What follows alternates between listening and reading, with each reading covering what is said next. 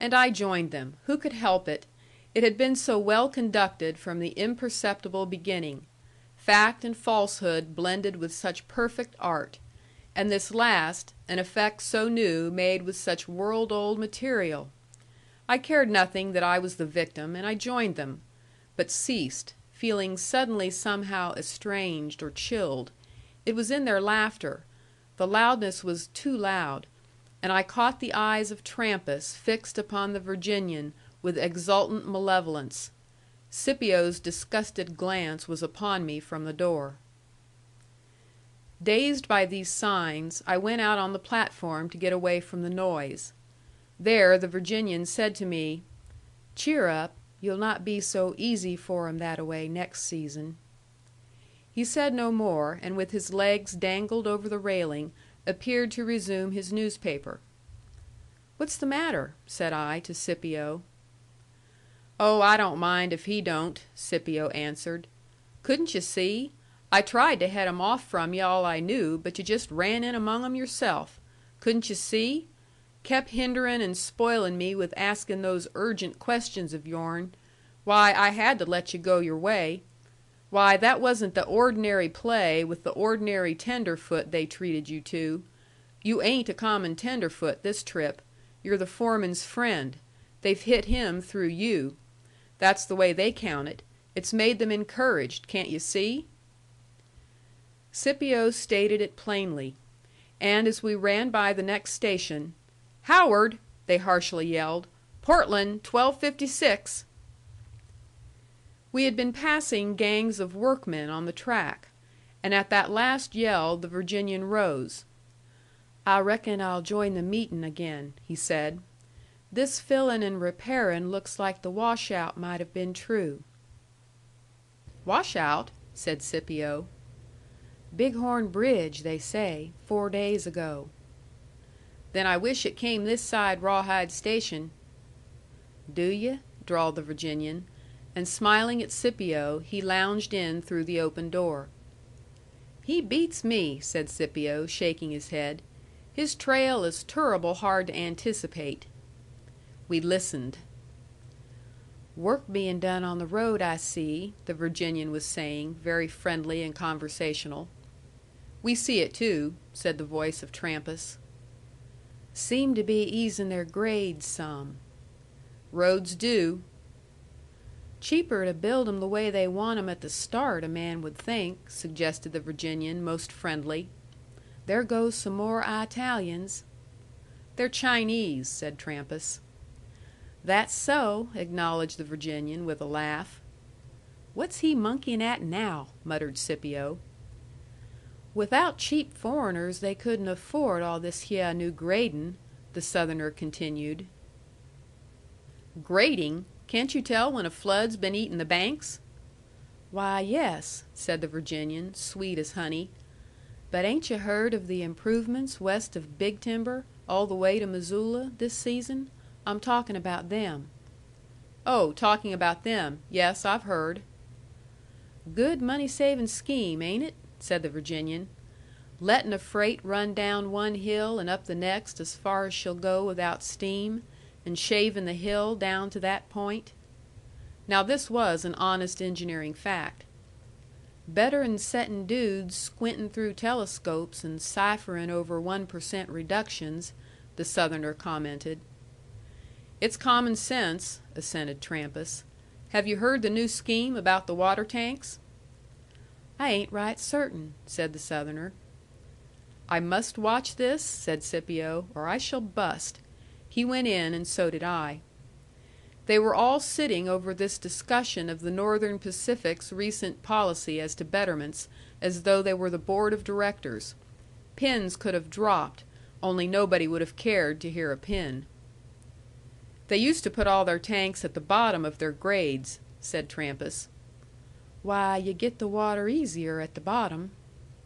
"You can pump it to the top, though," said Trampas, growing superior. "And it's cheaper." "That gets me," said the Virginian, interested. "Trains after watering can start downhill now and get the benefit of the gravity. It'll cut down operating expenses a heap." "That's certainly common sense. exclaimed the Virginian, absorbed. "But ain't it kind o' tardy?" "Live and learn. So they gained speed, too. High speed on half the coal this season. Until the accident." "Accident?" said the Virginian, instantly. "Yellowstone Limited. Man fired at engine driver. Train was flying past that quick the bullet broke every window and killed a passenger on the back platform. You've been running too much with aristocrats," finished Trampas, and turned on his heel. "Ha! Hew!" began the enthusiast, but his neighbor gripped him to silence. This was a triumph too serious for noise. Not a mutineer moved, and I felt cold. "Trampas," said the Virginian, "I thought you'd be afeared to try it on me." Trampas whirled round. His hand was at his belt. "Afraid?" he sneered. "Shorty," said Scipio, sternly, and leaping upon that youth, took his half-drawn pistol from him. "I'm obliged to you," said the Virginian to Scipio. Trampas's hand left his belt. He threw a slight, easy look at his men, and keeping his back to the Virginian, walked out on the platform and sat on the chair where the Virginian had sat so much. "Don't you comprehend," said the Virginian to Shorty, amiably, "that this hyeh question has been discussed peaceable by civilized citizens? Now you sit down and be good, and Mr. LeMoyne will return your gun when we're across that broken bridge, if they have got it fixed for heavy trains yet." "This train will be lighter when it gets to that bridge," spoke Trampas, out on his chair. "Why, that's true, too," said the Virginian. "Maybe none of us are crossin' that Bighorn bridge now, except me. Funny if yu' should end by persuadin' me to quit and go to Rawhide myself. But I reckon I'll not. I reckon I'll worry along to Sunk Creek somehow." "Don't forget I'm cookin' for yu'," said Scipio, gruffly. "I'm obliged to yu'," said the Southerner. "You were speaking of a job for me," said Shorty. "I'm right obliged.